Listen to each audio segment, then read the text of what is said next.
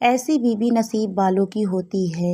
ایک بادشاہ اپنے محل کی چھت پر ٹہل رہا تھا۔ ٹہلتے ٹہلتے اس کی نظر محل کے نزدیک گھر کی چھت پر پڑی، جس پر ایک بہت خوبصورت عورت کپڑے سکھا رہی تھی۔ بادشاہ نے اپنے ایک باندی کو بلا کر پوچھا، کس کی بیوی ہے یہ؟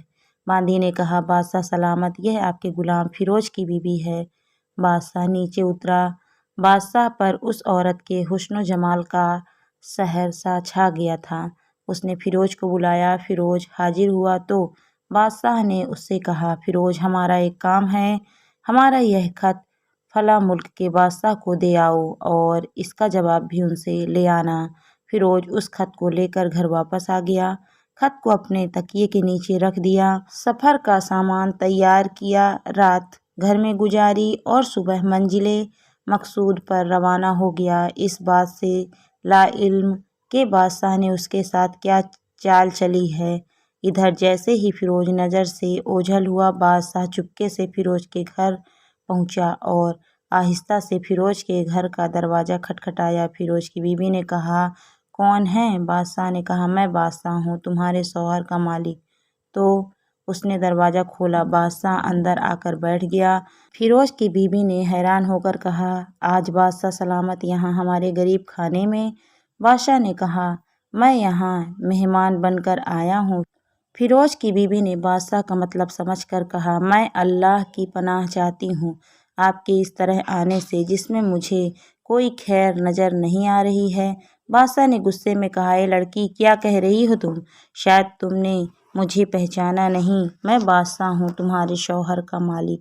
فیروز کی بیوی نے کہا، بادشاہ سلامت، میں جانتی ہوں کہ آپ ہی بادشاہ ہیں، لیکن بزرگ کہہ گئے ہیں، شیر کو اگرچہ کتنی ہی بھوک لگی ہو، وہ مردار تو نہیں کھانا شروع کر دیتا۔ اور کہاں بادشاہ سلامت، تم اس کٹورے میں پانی پینے آئے ہو جس میں تمہارے کتے نے پانی پیا ہے۔ بادشاہ اس عورت کی باتوں سے بڑا شرمسار ہوا اور اس کو چھوڑ کر واپس گھر چلا گیا، لیکن اپنی چپل وہیں بھول گیا۔ یہ سب تو بادشاہ کی طرف سے ہوا۔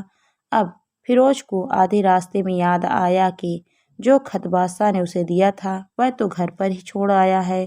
اس نے گھوڑے کو تیزی سے واپس موڑا اور اپنے گھر کی طرف لپکا۔ فیروز اپنے گھر پہنچا تو تکیے کے نیچے سے خط نکالتے وقت اس کی نظر پلنگ کے نیچے پڑے بادشاہ کے نالین چپل پر پڑی، جو وہ جلدی میں بھول گیا تھا۔ فیروز کا سر چکرا کر رہ گیا اور وہ سمجھ گیا کہ بادشاہ نے اسے سفر پر صرف اس لیے بھیجا تاکہ وہ اپنا مطلب پورا کر لے۔ فیروز کسی کو کچھ بتائے بغیر چپ چاپ گھر سے نکلا۔ خط لے کر وہ چل پڑا اور کام ختم کرنے کے بعد بادشاہ کے پاس واپس آیا تو بادشاہ نے اسے انعام کے طور پر 100 دینار دیے۔ فیروز دینار لے کر بازار گیا اور عورتوں کے استعمال کے قیمتی کپڑے اور کچھ تحائف بھی خرید لیے۔ گھر پہنچ کر بیوی کو سلام کیا اور کہا، چلو تمہارے مائکے چلتے ہیں۔ بیوی نے پوچھا، یہ کیا ہے؟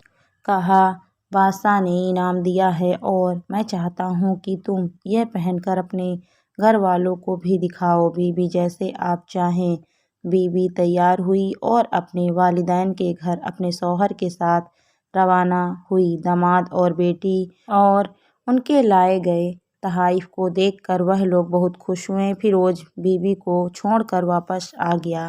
1 مہینہ گزرنے کے باوجود نہ بیوی کا پوچھا اور نہ اس کو واپس بلایا۔ پھر کچھ دن بعد اس کے سالے اس سے ملنے آئے اور ان سے کہا، آپ ہمیں اپنی بہن سے غصے اور ناراضگی کی وجہ بتائیں یا پھر ہم آپ کو قاضی کے سامنے پیش کریں گے۔ تو اس نے کہا، اگر تم چاہو تو کر لو، لیکن میرے ذمے اس کا کوئی ایسا حق باقی نہیں رہا جو میں نے ادا نہ کیا ہو۔ وہ لوگ اپنا کیس قاضی کے پاس لے گئے تو قاضی نے فیروز کو بلایا۔ قاضی اس وقت بادشاہ کے پاس بیٹھا ہوا تھا۔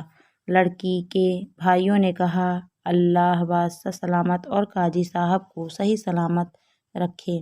قاضی صاحب، ہم نے ایک سبز باغ، درخت، پھلوں سے بھرے ہوئے اور ساتھ میں میٹھے پانی کا کنواں اس شخص کے حوالے